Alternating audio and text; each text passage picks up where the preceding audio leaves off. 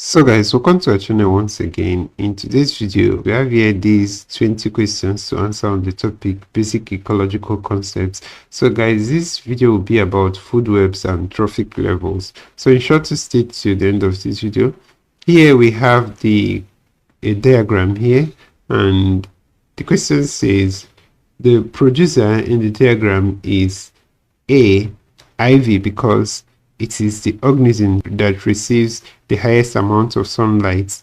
B, ivy, because it is the largest organism in the diagram. C, I, because it contains the least amount of energy. D, I, because it uses sunlight to manufacture food. So guys, actually the answer to this question is option D, and that's I, because it uses sunlight to manufacture food. So let's consider the next question. Question number 2, it says, study the food chain illustrated below and use it to answer the question below. Organism J is normally sustained by energy from A, green plants, B, carbohydrates, C, sunlight, D, organism K. So guys, looking at this, you'll notice that organism J here is the primary producer, and it's basically sustained by sunlight.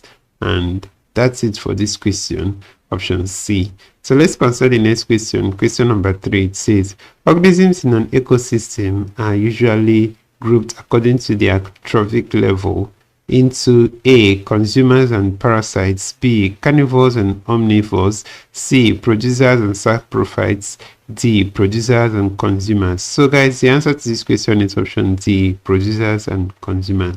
Let's consider the next question. Question number 4 here, it says, which of the following solution is suitable for removing chlorophyll in a green leaf? A, benthic solution, B, methylated spirits, C, Fehling solution, D, Milan reagents. So guys, the answer to this question is option B, and that's methylated spirit. Methylated spirit is used to remove chlorophyll from a green leaf, and it's used in this process because it can dissolve chlorophyll without damaging the leaf structure. So that's it for that question. Let's consider the next question. Question number 5, it says, if a pond contains waterweed, tadpoles, tap minnows, and is visited after by herons, what would be the possible food chain? All right, A, we have waterweed, then tadpole to heron and to tap minnow. B, waterweed to tap minnow to heron to tadpole. C, waterweed to heron to tap minnow to tadpole. D, waterweed to tadpole to tap minnow to heron.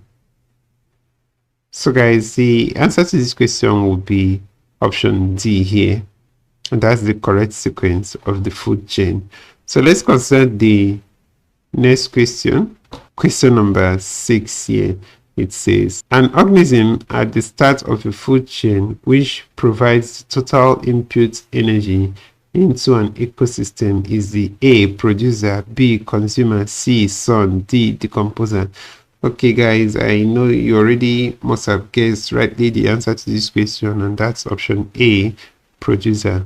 So let's consider the next question. Question number 7. It says, study the diagram of a food chain shown below and use it to answer this question.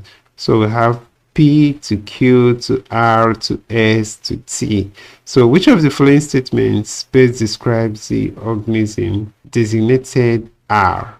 Okay, A says it is a secondary consumer. B, it is a producer as well as a consumer. C, it feeds on S. And then D, it's a primary consumer. So guys, the answer to this question is option A. It is a secondary consumer because actually it feeds on Q. So Q is actually a primary consumer that feeds on P. and P is the producer in this diagram. So R is actually a secondary consumer. That's it for that question. Let's consider the next question, question number 8. It says, the following organisms are consumers except A, earthworm, B, bacteria, C, Spirogyra, and D, Rhizopus. So guys, Spirogyra is not a consumer because it's actually a green algae. So it's actually photosynthetic. It can produce its own food, and as such, it's the odd option here. So let's choose option C, and that's the answer to this question. Let's consider the next question, guys. Question number 9. It says, the table shows the number of some organisms in habitats W and Y. So here is it. And the question says, the number of lions and antelopes in habitat Y shows that lion, A, and the antelopes are predators, B, and the antelopes are prey to each other, C is the prey while the antelope is the predator, D is the predator while the antelope is the prey.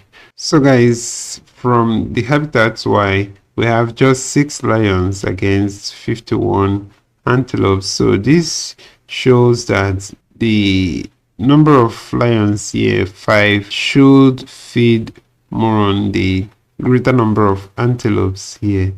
And that's it for this question, and we'll go ahead and check out the next question. Question number 10. It says, which of the following organisms would be the producer in a food chain? So we have A, bacterium, B, maize, C, goat, and D, man. So guys, looking at all the options here, the producer here will be maize because that's the green plant here that has the ability to manufacture in the options given here. And that's option B, guys. So let's consider the next question we have here. It says, which of these organisms occupied the third trophic level? We have A, phytoplankton, B, small fish, C, kingfisher, and D, big fish. So guys, the answer to this question is actually option B here, and that's the small fish. That's the organism that occupies the third trophic level. So let's consider the next question, question number 12. The producers in a food chain in an aquatic environment are A, birds, B, phytoplankton, C, fishes, D, zooplankton. So guys, the answer to this question is option B, and that's the phytoplankton. They are the organisms here that have the chlorophyll and ability to manufacture their food. So that's the answer to this question, option B. So let's consider the next question, question number 13. It says, the position occupied by organism in a food chain is the A, niche, B, energy level, C, trophic level, and D, biomass. So guys, the answer to this question is option C, that's the trophic level. Let's consider the next question, question number 14. It says, which of the following statements about feeding relationship is correct? A, in a feeding web on land, grasshopper feeds on praying mantis and on predator bugs. B, in an aquatic food chain, molly's larvae are producers. C, in a food chain on land, green plant is the producer. D, in an aquatic food web, various copepods feed on molly's larvae and on sand eel. So guys, the answer to this question is option C. In a food chain on land, green plants is actually the producer. So let's consider the next question, question number 15. It says, food webs are complex because A, many animals feed directly on producers. B, they include primary, secondary, and tertiary consumers. C, some animals form parts of several food chains. D, the number of producers are large. So guys, the reason why food webs are complex is because some animals form part of several food chains. Let's consider the next question. Okay, here we have a food web and it says, how many food chains are in the diagram? We have A 4, B 3, C 6, and D 5. So guys, the answer to this question here will be 1, 2, 3, 4, 5. So you see that we have 5 food chains here, and that's it for that question. Option B here is the answer to this question. We have 5 food chains here. So that's it. If you consider all the areas this food web is branching, you'll get 5 different areas where it's branching, and that's the 5 different food chains we have here. So let's consider the next question. Question number 17. It says, which of these organisms is a herbivore? So guys, the answer to this question is actually option A, and that's tadpole. So tadpole is the herbivore here, because phytoplankton, which is at the first level here, is actually a primary producer or a producer here. So since the phytoplankton is the producer, the organism that feeds on it is definitely a herbivore, and that's the tadpole. So let's consider the next question. Question number 18. It says, study the diagram below carefully and use them to answer this question. We have here, what is the likely food of the bird in I? We have A, nectar, B, seed, C, worms, D, fishes. So guys, the answer to this question is option A, and that's nectar. The bird with a pointed beak is adapted for sucking nectar, and guys, that's option A here, and that's the answer to this question. So let's consider the next question. Question number 19. It says, an importance of food web is that living organisms A use web to collect food, B have to form a web, C depend on one another for their existence, D can live on their own.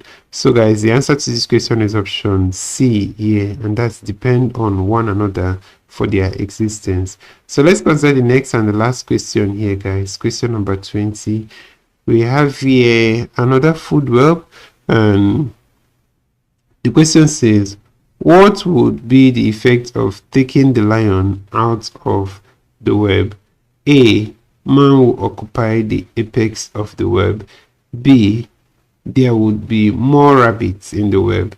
C, the number of organisms at each tropic level would increase.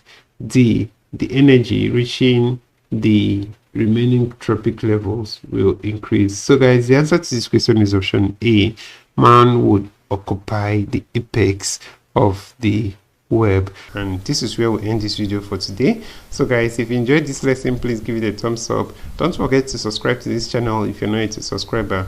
Also, if you have any specific question regarding this video, you can drop your question on the comment section below, and we'll ensure to give you a response. So we also want to encourage you to join our YouTube channel community by hitting the join button below, and we'll see you right there. So thank you once again for watching this video, and see you on the next one.